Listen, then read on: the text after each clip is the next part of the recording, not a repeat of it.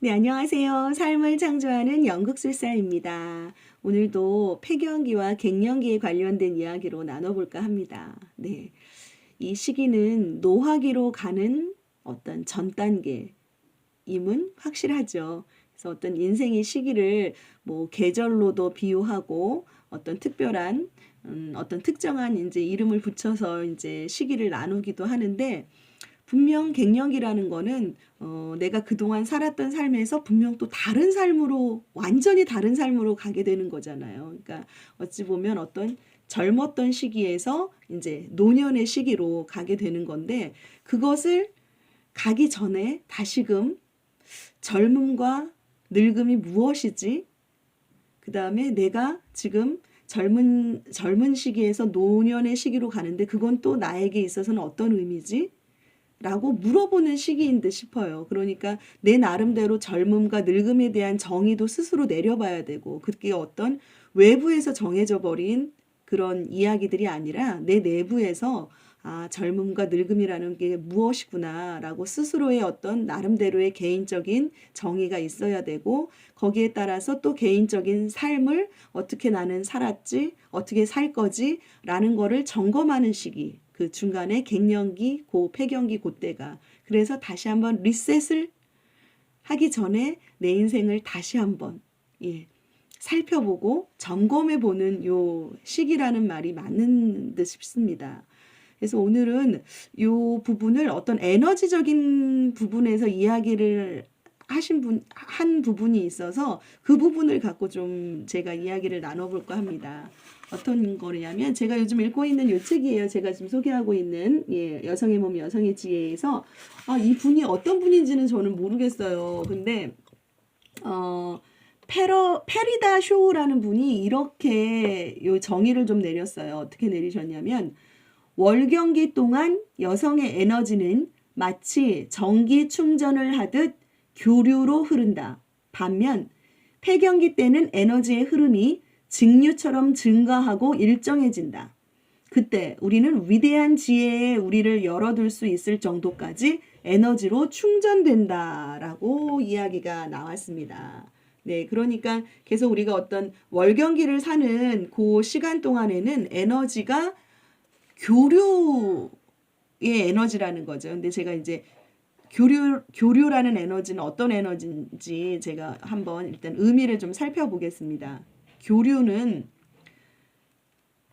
근원이 되는 물줄기가 서로 섞여서 흐르는 거예요. 그러니까 서로 통합하고 또 시간에 따라서 흐르게 되는 그런 것이 교류의 에너지의 어떤 정의입니다.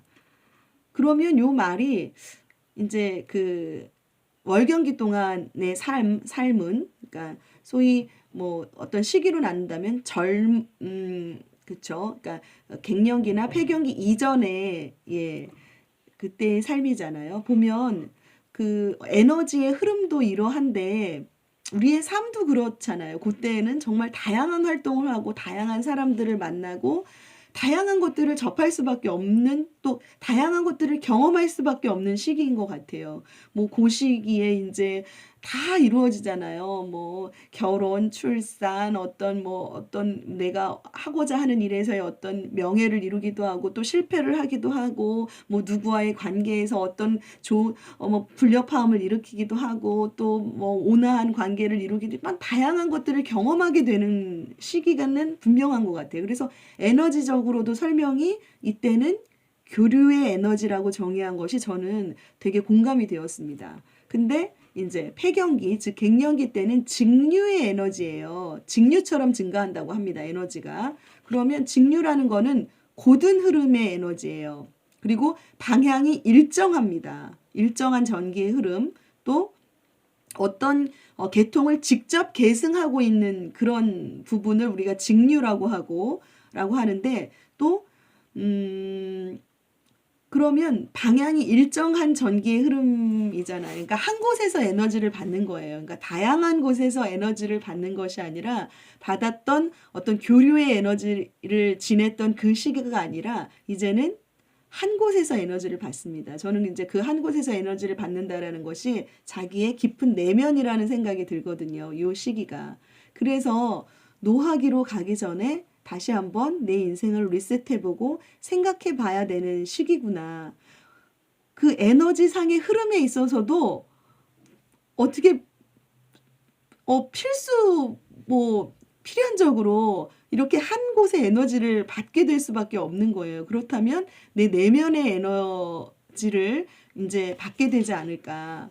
그래서 또 요 이제 소위 폐경기, 갱년기 어떤 50대의 정도의 삶에서 쓰는 수필이 정말 수필다운 수필이 나온다라고도 얘기를 하더라고요. 근데 수필이라는 장르는 자기 고백, 내 내면을 철저히 들여다보고 굉장히 그 내 내면에서 나오는 어떻게 보면 되게 양심적인 거짓을 말할 수 없는 거죠. 내 내면에서 나오는 말을 예, 내 언어를 내 자기 독백 같은 말을 하는 거기 때문에 그 시기가 굉장히 수필을 써내려갈 수 있는 최적의 시기다.